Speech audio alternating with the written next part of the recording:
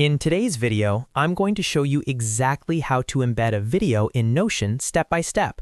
This is perfect if you're using Notion for documentation, project management, notes, or even content planning, and you want to include videos directly inside your pages. You can embed YouTube videos, Loom recordings, Google Drive videos, or almost any video link and have it play right inside Notion. If you find this tutorial helpful, make sure to hit the like button and subscribe to the channel for more easy Notion and software tutorials. Now, let's jump right in.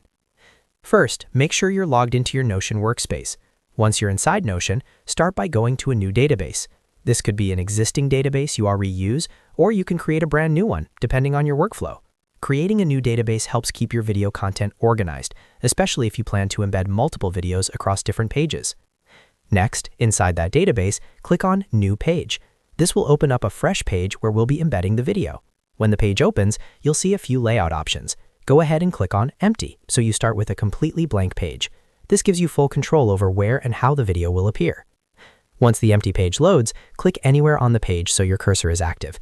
Now highlight the area where you want the video to be embedded. This is important because Notion places blocks exactly where your cursor is located. Now type /embed. As soon as you type /embed, Notion will show you a list of block options. From that list, click on Embed. This tells Notion that you want to insert external content into your page. After clicking Embed, a pop-up window will appear asking for a link. This is where you paste the link of the video you want to embed.